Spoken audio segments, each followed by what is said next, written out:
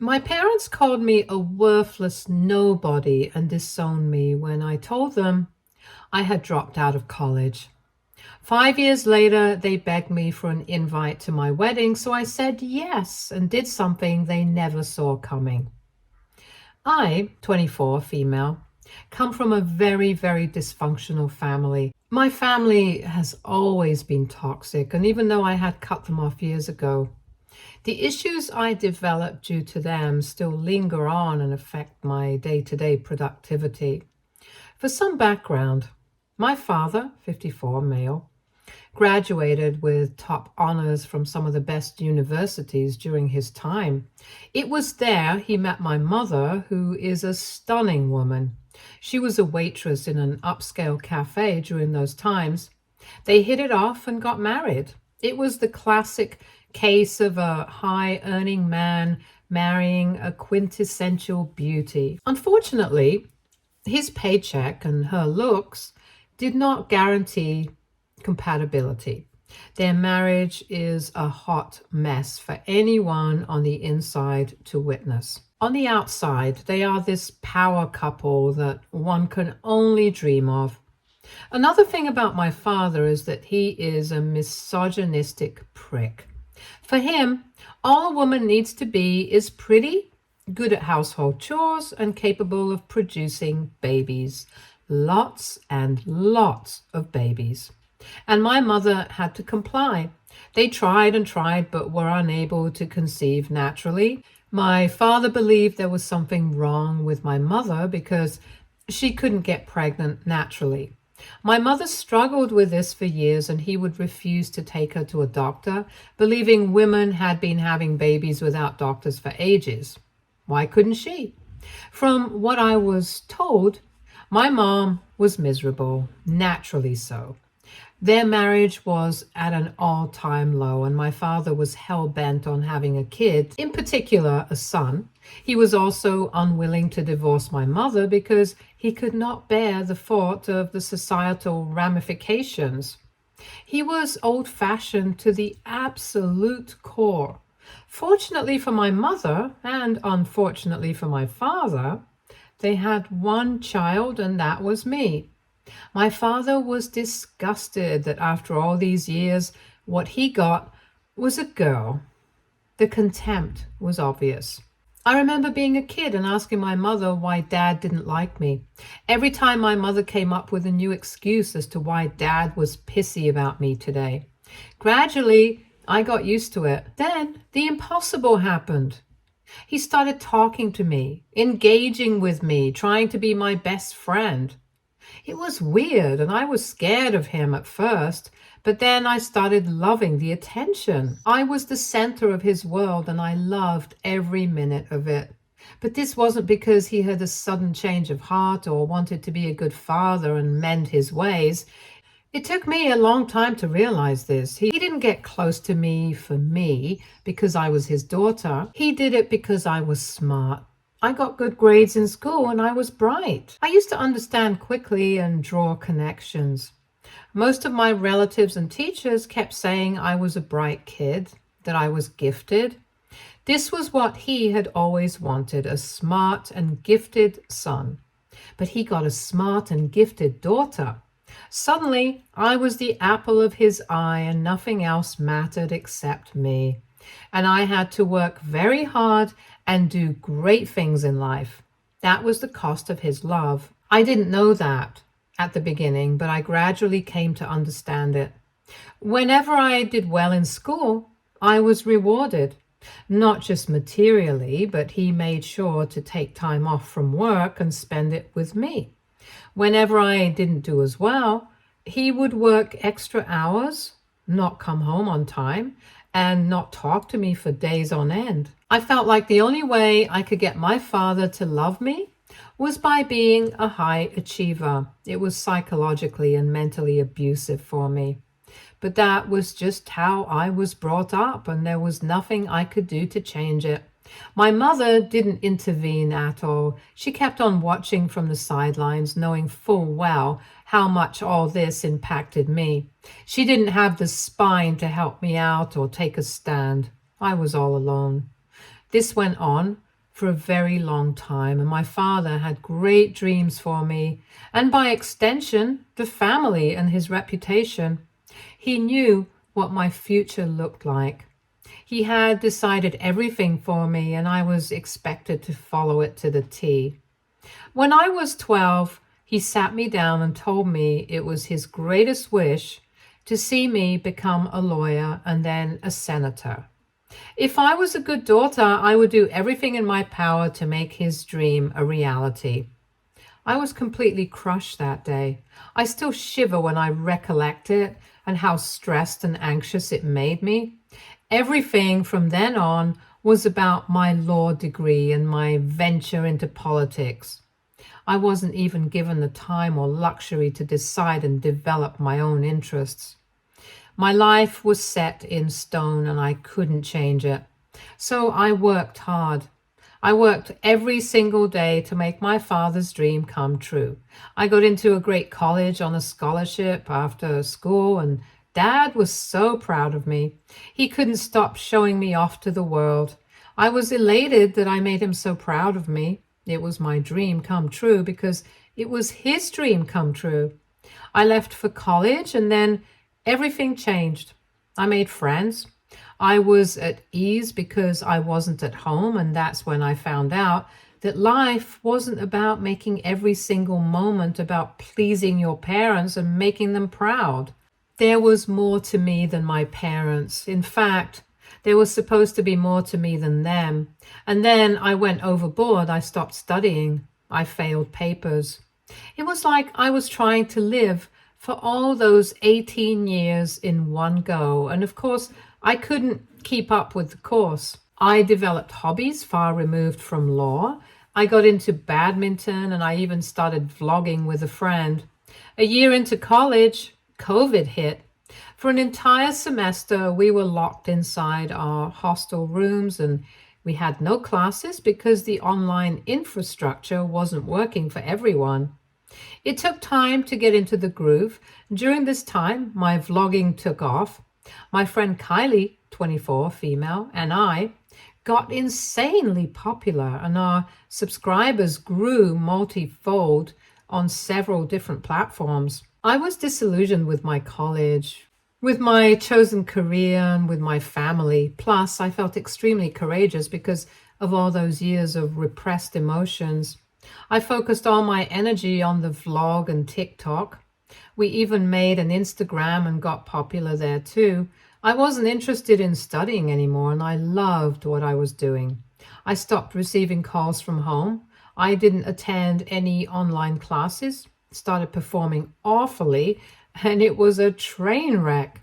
But the channel had also started making money. We were doing ads for products and getting small businesses as collaborators, so it was going well for us. I decided to drop out. I knew I would never excel at law, and I didn't have the stamina to push through my entire life for my dad. I also knew that even if I somehow became a lawyer, I would hate my job and my life. In all honesty, I didn't give it much thought because I was on a spree of impulse, but I decided to drop out. I didn't even bother informing my parents because by then I had begun hating them for eating away at my childhood and teenage years. I just wanted to be free of them and their expectations. The paperwork from the university took some time to come because of COVID, but I was finally free in a few weeks. Kylie dropped out too, and we rented a small place and started seriously working on our content. It was only after I dropped out that I informed my family because I didn't want them influencing my decision. It was a dumpster fire the minute I told them. I've never heard my dad yell such profanities, but well, there's a first time for everything, I guess. He first called me every name under the sun, then blamed my mom for producing a kid like me, and then cursed all women. The inner misogynist was back. Maybe it was never gone. He had just kept it hidden because he wanted a daughter that excelled. He said I would be the biggest failure of the family and that he had no intention of being associated with a useless piece of junk like me, and disowned me. It was a horrible time for me emotionally, but later I realized it was for the best. I didn't have the energy or strength to cut him off myself, and I know if he hadn't done it, I'd still be stuck in the toxic cycle of living out my life for him. It was tough for us in the beginning, especially because of COVID. However, Kylie and I slowly built up the business and made a good, respectable brand name for ourselves. We're part of a travel side of content creation, and things got much better for us once COVID restrictions were lifted.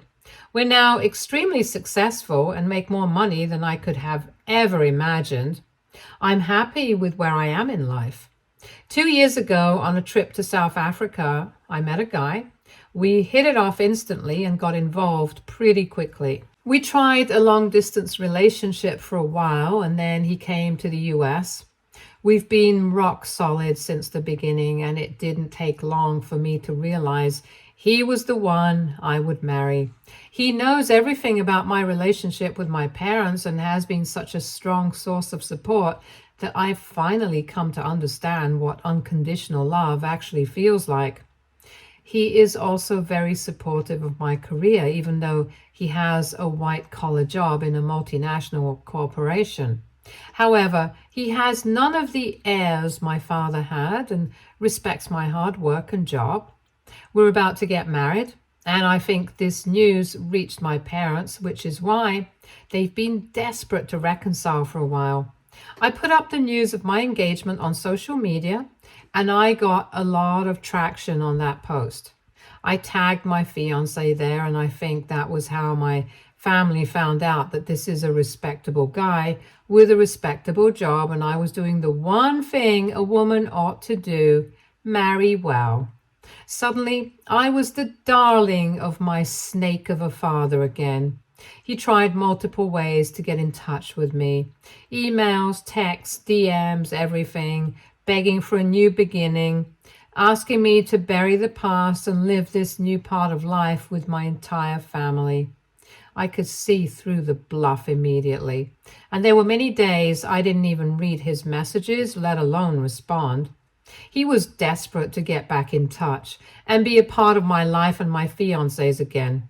I didn't like it at all. I didn't want him near me. But there was this wicked part of me thirsting for revenge and retribution for all those years I missed out on because of him. I spoke to my fiance, and he said he was okay with whatever I wanted to do. All that mattered to him was that I shouldn't end up feeling worse about everything. We started our wedding preparations, and I told my parents they were invited. My father was expecting to walk me down the aisle, but I told him he should be thankful he was getting an invitation in the first place. That shut him up real quick. I had my revenge prepared, and I was going to serve it cold. I didn't want any drama on my wedding day because it was one of the most important days of my life with the one person who taught me what true love was. So the wedding happened without a hitch, and it was beautiful. I got the ceremony I dreamed of. My father tried to act smart during the wedding by getting up in the middle of dinner to make a toast, but Kylie made him sit down. It was embarrassing for him, but hilarious for me. My mother took me aside after the ceremony and tried to give me marriage advice, but I told her to piss off because she was never a wife to my dad. She was just a slave. I told her the only reason I invited her was because Dad begged and begged to be part of the wedding, and I wanted to be the bigger person just like I had all my life. She left with tears in her eyes, but I didn't feel sorry for her at all. I cried such tears throughout my childhood, but she was never there to wipe them away. All she cared about was what Dad wanted, what he did, and how much he provided. Everything else she accepted and wanted me to accept as well. Once the ceremony was over, I put my revenge plan into action. The idea was to defame him in public. The only thing he was ever concerned about was his reputation. So that's what I was going to attack and destroy. I would do it with no remorse because he showed no pity to a young girl who cried for days on end, apologizing profusely and begging her dad to talk to her just because she got a B grade on a stupid math test in 8th grade. Once I was back from my honeymoon, I decided to put up my wedding vlog on my channels. In the months leading up to the wedding, I had shared the entire planning process there, so the wedding video had to go up too. It was here that I played my cards. I started the video by saying this was the best day of my life and that I was so happy to share it with the one person who taught me what love is.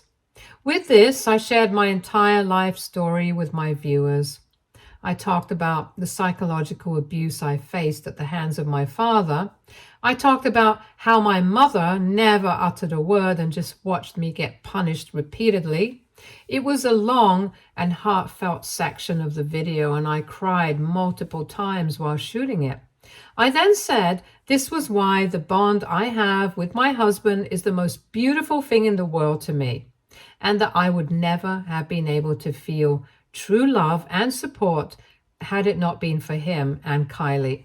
I put the video on social media and went to sleep. Turned out to be one of my highest watched videos. The engagement on it was crazy, and everyone was calling out my parents for the shoddy job they'd done in the comments.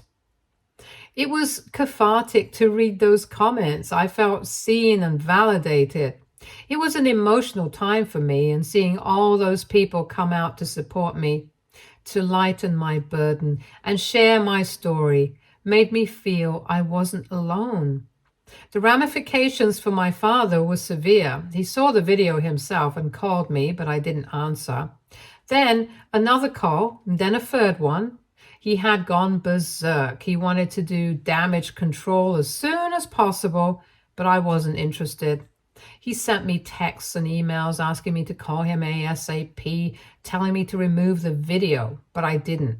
I even made sure to personally send the link to every family member who couldn't attend the wedding, just to let them know what mom and dad had been doing all this time.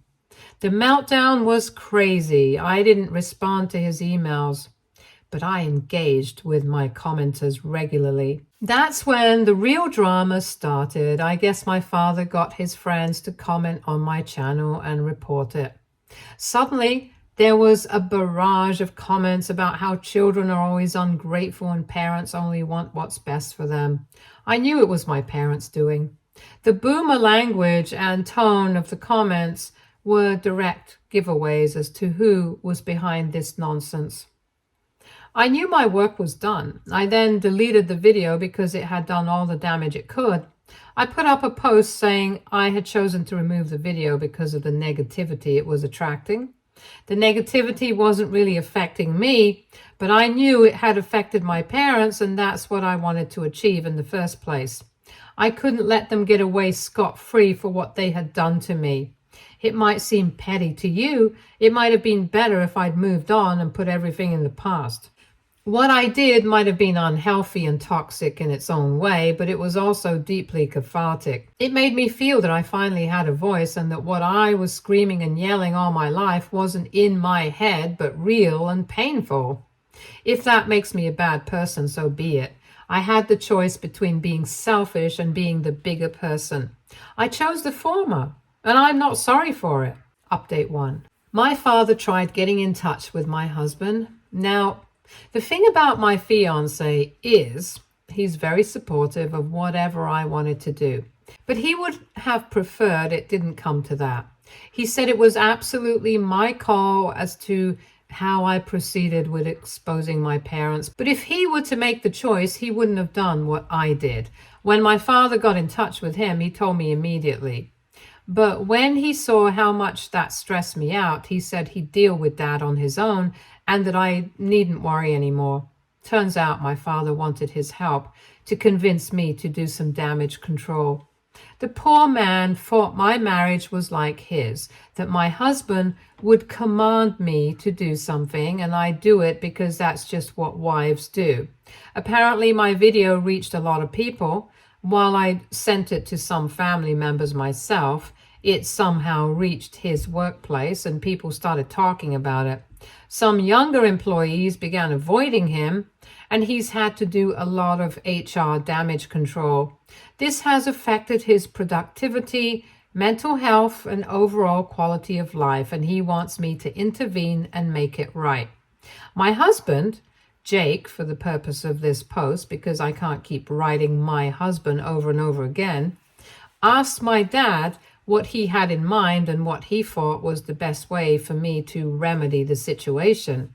Dad said he expected me to release an apology video saying I'd exaggerated for popularity and that my parents were the most supportive parents I could have hoped for. He essentially wanted me to save his ass and sacrifice my entire career by retracting my statement. Jake said he talked to me and let him know, and then he blocked Dad's number as soon as the call ended. I'm not sad because I know my father isn't capable of any kind of emotions, but I sure am appalled at his audacity. I'm obviously not going to do what he asks, and part of me, the petty part, wants to make even this request public and make sure he's slandered even more. But I think by doing what I've already done, I've reawakened my past and I don't want it to keep haunting me. I had a long chat with Jake and he says it's time for me to let it go. Not in the sense that I should forgive them, but that I should just stop associating with them, like I had been doing for the last 5 years. He said with outing their treatment of me and their behavior to the public, I'd done what I had to do and gotten my revenge. Now it's time to drop it and move forward. I agree with him. And that's what we've decided to do. But I can't shake the nagging feeling that they need to face much more in order to come even remotely close to the mental trauma they inflicted on me. I went through years of psychological abuse, and it can't be washed away with one video calling them out. Jake insists that allowing more of this to fester will ultimately spill over into our lives, and despite what I claim, I'll continue to be affected. He says I need to let karma take its course and not meddle. He knows they'll have to face the consequences of what they've done, whether it be through me or someone else. I want to be the karma that bites them in the ass because I'm the one who had to tolerate it all. Nonetheless, I don't think my father will contact us again. If he tries, he'll soon figure out he's been blocked, and that's an answer that requires no explanation. I'm just glad that the world he commands so much respect in now knows him for what he truly is. Update 2. My mother tried to get in touch with me. I had blocked her too. So she called me from a different number. I answered, and when I realized it was her, I wanted to hang up, but she begged me to hear her out for 5 minutes and said she'd never call me again if that's what I wanted. She started off by apologizing for not standing up for me throughout my childhood. She said she was scared of Dad and was completely dependent on him financially, which is why she didn't have the courage to stand up for herself or me. She knows she failed as a mother and that it's too late to ask for forgiveness, but she hopes I'll give her a chance to rectify and build a bond with me. It was a long and emotional call, and we were both crying by the end. Even though she failed me as a mother, as a grown woman, I can understand her predicament. My father was too big of a bully, and it took nerves of steel to stand up to him. I told her I wasn't ready for a relationship now, and that I didn't feel comfortable diving into a mother-daughter relationship with her, but I was willing to give her a chance. I made it abundantly clear that it would take a lot for us to have a cordial relationship because despite the situation, she was the adult and it was her job to protect me. I never had that from her, and I'd never felt emotionally or psychologically safe around her, and that's bound to reflect now. She was okay with whatever I wanted and didn't make any demands. We've decided to stay in contact. I talk to her a little, and I'll take my time to see if I want a deeper relationship with her. I've made it clear that this is between her and me, and that I want nothing to do with my father. I'm only willing to give her a chance. I'm not extending this grace to my father, and I don't plan to, ever. I've told her not to tell him we're talking, because all he'll do is pressure her into making me set his public image straight, and I'm not interested in that. For now, the secrecy is maintained, and I hope it stays that way. Jake has asked me to be cautious about her because she has a history of being flaky and easily influenced by others. Somehow, this time around, I have a good feeling about her, and I think this might be the start of a new relationship. I'm not jumping into this equation right away, but I sincerely hope it works out. I'd love it if we could mend things and move forward, at least cordially, because she was as much a victim of the circumstances as I was. Update 3. I should have listened to all the advice on Reddit. I was too optimistic about it all, even though most of you said my mother only came back at my father's behest. You were right, and she has completely betrayed my trust. We were in touch for about a month, which is when I felt comfortable enough to meet her. We decided to meet at a cafe not far from my place. I told Jake I wanted to do this alone, but I still needed him around in case I wanted to bolt, and that's what happened. She was already there when I arrived. She wasn't alone. Dad was with her. Part of me wanted to leave right then, but I decided to talk to them. My father immediately started hounding me, and I felt terribly cornered. My mother again didn't say a single word. My father went on and on about how he was a great parent and that I remembered everything incorrectly. 15 minutes in, I dropped an SOS to Jake and went home. Needless to say, my mother is blocked again, and no power on earth will reverse this. She has broken my trust for the umpteenth time, and I'm done with both of them. I cannot take any more of this gaslighting and torture. 18 years of it are enough to last me a lifetime. Jake and Kylie have been my support through it all, and I'm glad Kylie and I have another exciting work trip coming up. We're going to cover 2 Balkan countries. That's all I can share with you. And we're busy preparing for that.